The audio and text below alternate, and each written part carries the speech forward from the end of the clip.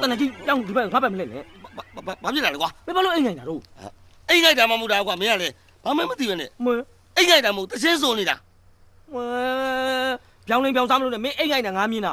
မင်းကွာမင်းကင်းမှုတာတွေ့လို့တော့မင်းကတော့ကွာတာကြအောင်မယ်နော်မင်းရော ဘာလဲတချင်းစုံနေတာငါတချင်းကိုမျက်လုံးမိတ်ပြီးတော့ကောင်းကောင်းလေးစုံနေတာ ဟာတချင်းဆိုချင်းမင်းအော်ဆိုပေါ့မင်းဘာလို့အိမ်နိုင်ပြီးဆိုတာတော့ မင်းကကွာငါ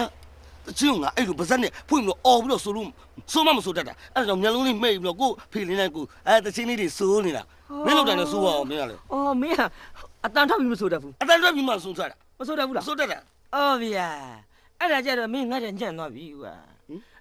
မင်းကငါပြောရမယ်ဆိုရင်တော့မင်းကတချင်းမဆိုတတ်ဘူးဆိုတော့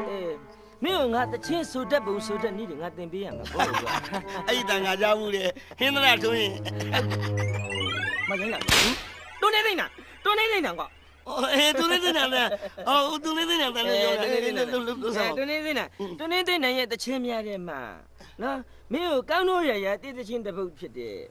ပရိယံဒဏ္ဏံပရဏံဘုရုတုဆိုတာ ဘာလဲပရိယတ်တယ်ပရိယတ်ဘုရား ဒုက္ခိအတ္တနံပရိယံပရဏံတန်တိဆိုတဲ့တချင်း ပရိယတ်နဲ့နိ အလုံးစိတ်ချမ်းမြေပါစီဆိုတဲ့ကိုဆိုတဲ့ပေါ့နော် အေးမောင် အဲ့ဒါဆိုရင်မင်းကိုတချင်းတပုတ်မင်းငါတင်ပေးမယ် ဆရာတင်တယ်ကွာ အဲ့လိုမျိုးဖြစ်ရမှာပေါ့ ငါလည်းအပြင်းပြေအောင်ငါလည်းဆူလို့ရအောင်ငါမင်းအတန်လေးနဲ့ငါလည်းတူအောင်လိုက်ဆူ အဲ့ဒါဆိုရင်တို့ရဲ့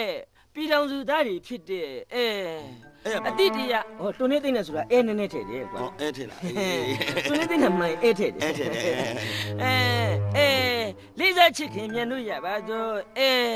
ရွှေကျွဲပွက်လား ရွှေပွဲကြွလားဘယ်နဲ့ရွှေကျွဲပွားလားရွှေပွဲကြွလားမင်းတို့လည်း ရွှေပွဲကြွလား everyday ပေါင်းမင်္ဂလာပေါက်နဲ့ခဝေးညောက်ပါစေဆိုတဲ့အကြောင်းကျွန်တော်ရဲ့တည်တန်တာအဲ့ဒီထဲမှာမင်းကအကောင်းဆုံးဖြစ်တဲ့အတိတရားအညာတစ်ခုဆိုတဲ့တိလာလာတစ်ပုဒ်ကိုမင်းကငါရွေးထုတ်ပြီးတင်ပြမှာပေါ့ တင်ပြပဲဆရာရဲ့တင်ပြပဲကျွန်တော်ဆရာတင်ပြမယ်ဆိုရင်ကျွန်တော်ဆရာအတန်တိုင်းကိုကျွန်တော်ကလိုက်ဆိုရမယ်နော်ဆရာရဲ့အခုတော့ရှိတာပေါ့ဆရာရဲ့ မင်းအဲ့ဒါတွန်းနေသိနေပြီးသားလား ပါ ဘာဖြစ်လို့လဲဆိုတော့မင်းကငါတင်ပေးတယ်ဆိုတော့မင်းကငါရဲ့တစ်ဖက်ဖြစ်သွားပြီပေါ့ လူပါဆရာလို့ အဲ့ဒါဆိုရင်မင်းကငါအတိတရားညာတစ်ခုဆိုတဲ့တိလာလာတစ်ပုဒ်ကိုတင်ပြမယ်ဆရာရှိရနေဆိုပြမယ်တစ်ဖက်နောက်ကလိုက်ဆိုပေါ့နော် ဟုတ်ကဲ့ပါဆရာရဲ့ဟုတ်ကဲ့ ခလန်းတဲ့တညညပေးတာကဆိုရှိတယ်စကြည့်စမ်းတယ် ခလန်းတဲ့တညင်ညင်ပြေးဒါကငါပထမပိုက်ရပြီနော် ဟုတ်ကဲ့ပါဆရာ ဒုတိယပိုက်ကိုဆက်တင်မယ် ဆက်တင်ပါဆ နော် ရာ ဒုတိယပိုက်ကစတာကာကြီးခခွေစကြည့်စမ်းပါ ဟုတ်ကဲ့ပါဆရာရဲ့ကာကြီးခခွေ ခွေကိုအဲ့လောက်ဆွဲကြမလို့ဘူးလေ အဲ့ဒါဆိုကျွန်တော်ပြောင်းဆိုကြည့်ရမှာလားဆရာ အတန်နေတန်ထားမဟုတ်သေးဘူး အဲ့ဒါဆိုရင်ကာကြီးခခွေ ခွေကိုအဲ့လောက်မဆောက်နဲ့ခွေအဲ့လောက်မဆောက်ပါနဲ့ကွာခွေအဲ့လောက်ဆောက်တော့မင်းတက်သွားမှာပေါ့ကွာ တန်စင်တက်မှာဆိုလို့ အတန်တက်သွားမယ် ပြောင်းဆိုကြည့်ရမှာ ခွေ ပေါ့ ကို तू ကပုံမှန်လေးဆိုရတယ်ကွာ ကာကြီးခခွေ ခွေအဲ့လောက်မတုံနဲ့အတန်နေရမ်းသွားမယ်ကွာ ဟုတ်ပါပြီဆရာရဲ့ ကာကြီးခခွေ ကာကြီးခခွေ မှန်သားပြီမင်းအတန်မှန်သားပြီ ဟုတ်ကဲ့ပါဆရာ အဲ့ဒါဆိုရင်မင်းကငါရှေ့ဆုံးကတင်ပေးတဲ့အတိုင်းပဲငါတင်အဆုံးထိမင်းဆိုကြည့်စမ်းကျင့်ထားနော်ကျင့်ထားပြီးတော့ငါပြန်လာတဲ့အချိန်မှာမင်းကိုငါလာစစ်မယ်အဲ့ပါပြီဒါပေမဲ့အဲ့ဒါဆိုဆရာစိတ်ချမယ်နော် စိတ်ချပါဆရာရဲ့စိတ်ချပါ အေးပါအဲ့ပါဗျာတညင်ညင်ပြီးဒါကရွာကြောင်းစီပြင်းမြင်မီဩဟေ့ဘာလို့မင်းတော့တဲ့ကြောင်နေမှာကွာတဲနဲ့ဘာဖြစ်နေလဲ တချင်းဆိုကြည့်နေတာကွာ တချင်းဆိုကျင်တာဟာတချင်းဆိုတယ်ဆိုတော့တဲ့ကြောင်နေမှာမင်းဒီတချင်းသွားဆိုလို့မင်းအိတ်ငယ်သွားမှာဘောကွာအဲ့ဒါခဲအောင်တေး အတိတ်အညာတခုကောင်းနေပြီကွာ အာတွန်းနေတဲ့တချင်းခဲအောင်တေးစိုးနေနေမင်းအိတ်ငယ်သွားမှာဘော အဲ့ဒါဆိုငါဘယ်ဆိုရမှာလဲတငယ်ချင်းရဲ့ တကယ်ချင်းဩငါတော့ရောင်းလာပြီမနေနဲ့တော့ဒီကခဲမဟုတ်တော့ဘူး ဘာဖြစ်လဲ ကွမ်ကွမ်ကွမ်ကွမ်ကွမ်ကွမ်ကွမ်ကွမ်ကွမ်ကွမ်ဟောငါစကားပြောကြည့်ဟေးတောင်ထိပ်ပေါ်မှာကွမ်ကွမ်ကွမ်ကွမ်ဘရတဲ့စုကွမ်ကွမ်ကွမ်ကွမ်သူဒီရွေးနေအိုးအိုးဒီအိုးလုံးငါနေငါမရင်ရင်ဒီရင်ကောင်းဒီကောင်းပါလေငါ့ကိုကြည့်ရင်စာပြန်မေးဟေးလာဒီလား ငါလည်းမမြူးမှာဘောကွာ ငါအဲလေးမထရတော့ အဲမတည့်အောင်အဲမပါတော့ဘူး ဟုတ်ဗျာ ဒီမသိတောင်တိတ်ပေါ်မှာဆိုချင် တောင်စိတ်ပေါ်မှာ ကွာကွာ ဖယားတယ်စု ကွာ သူဒီရနိုး ကွာကွာကွာကွာ အိုဒီအိုလုံးငန်း ကွာကွာကွာကွာငါနေငါမရင်ကွာကွာကွာကွာ ရင်းဒီရင်းကော ကွာကွာကွာကွာ ကောင်းကောင်းပါလေငါ့ကိုချစ်စားပြန်ပေးကောင်းကောင်းကောင်းဟာကောင်းလေ ဟိုဘက်သွားလိုက်မယ်တမင်ချက်လိုက်မယ် အိမ်မငိုက်တော့အိမ်မငိုက်တော့ အပြန်လာခဲ့မယ်အတူတူဆုံးမယ် တောင်ထိပ်ပေါ်မှာ အဲတောင်ထိပ်ပေါ်မှာကွာကွာကွာကွာ အဲမထဲတော့ အဲမတည့်အဲမတည့်ကွာကွာကွာကွာကွာ ဒီဒါဒါ အဲဟုတ်ပြီဒါနာဟုတ်ကဲ့ချက်တယ်ချက်တယ် တောင်ထိပ်ပေါ်မှာကွာကွာကွာကွာဖယားတယ်စုကွာကွာကွာကွာသူဒီရနိုးကွာကွာကွာကွာကွာအိုဒီအိုလုံးငန်းကွာကွာကွာကွာငန်းနေငန်းမရင်ကွာကွာကွာကွာရင်းရင်းကအဲဒီဗျာကွာကွာကွာကွာဟိတ်ကဟိတ်ကောင်းစီဟိတ်ကောကွာ ဩဘလို့ဖြစ်နေတာတော့မင်းကငါသင်ခဲ့တာက ဟုတ်ဗျာ တွန်းနေသိနေရဲ့အတိတရားအညာတစ်ခုဆိုတဲ့တိလာလာတစ်ပုတ်ကိုသင်ခဲ့တာလေကွာမင်းအခုကျတော့ဘယ်ကတောင်ထိပ်ပေါ်ကဘုရားတွေလျှောက်ကျွနေတာတော့ ကောင်းလာ မ ပြော င်းတချင်းဆိုခြင်းနဲ့ဆိုလို့ပြန်ဆိုပါခလုံးတဲ့တညညပေးရရရွာเจ้าကိုအေးရဗျာ ပြင်းမြင်မိရင်တတိယနေတဲ့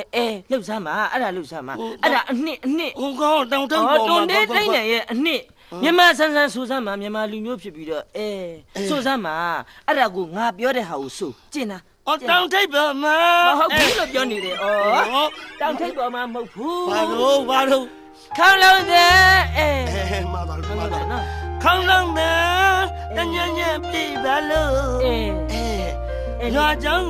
စီအဲ့ဒါမှမင်းဒီအခြေခံရမှာမင်းကြိုက်တဲ့သချင်းဆိုလို့ရမှာပေါ့ ဗျာဟုတ်ပါပြီဗျာဟုတ်ပါပြီဗျာ ဗျာကျေးဇူးတင်နေနော် ဗျာ ဒါပေမဲ့ဆိုစမ်းမှာဆိုစမ်းမှာ ဆိုပါပြီဗျာ ငါပြန်လာစစ်မယ် ဟု နော် တ်ပါပြီဗျာခေါင်းလုံးနဲ့တညည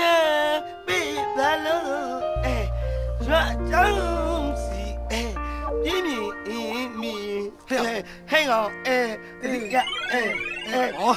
跳，快点变呀！都 ခေါင်းလုံးတန်လေ 好的，我光捞开了你，把你哎呀， တောင်ထိပ်ပေါ်မှာ 都是多在东西端的，多在东西嘛，细节还得都说我们的， ရှုပ်ရပဲ တောင်ထိပ်ပေါ်မှာ ဟိုကောင်အဲလို့ပြောတယ် 我装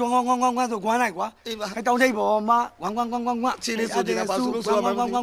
苏关，苏， စကြနေမလို့ တောင်ထိပ်ပေါ်မှာ တောင်ထိပ်ပေါ်မှာဘရားတယ်စုစုပြီးစု ဟဲ့ကောင်ငါဆိုခိုင်းနေတိလာလာကိုဆိုစမ်းမှာကွာ ခလန်းတဲ့တညညပြပါလို့ဇာကြောင်းတောင်ထိပ်ပေါ်မှာကွာဟဲ့ကောင်လေ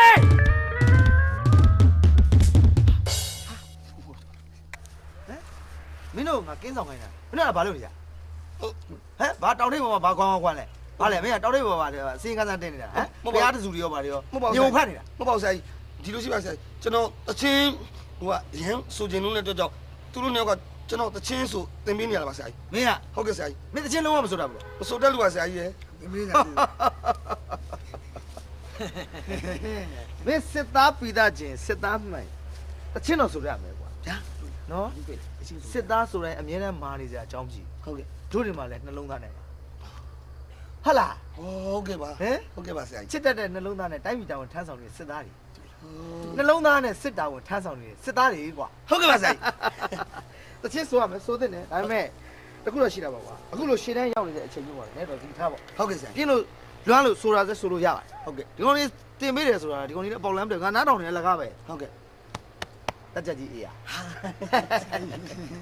မဟာဂီတဦးပြုံးချိုကြားဦးတယ်မလား အားကြောက်တော့ဆရာကြီး ငါနဲ့ဘာမှမတော်ဘူး ဩတော်လား မတော်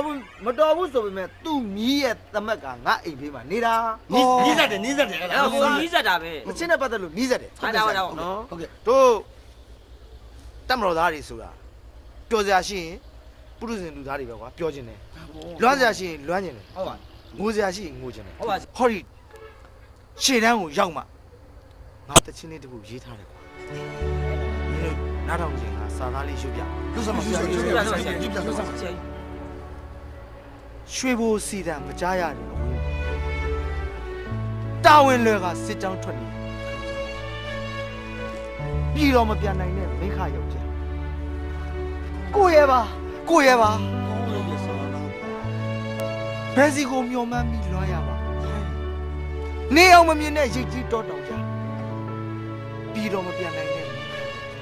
ကိုရဲပါ ကိုရဲပါ ဟုတ်တယ်ဘောစာသား ကောင်းလာမို့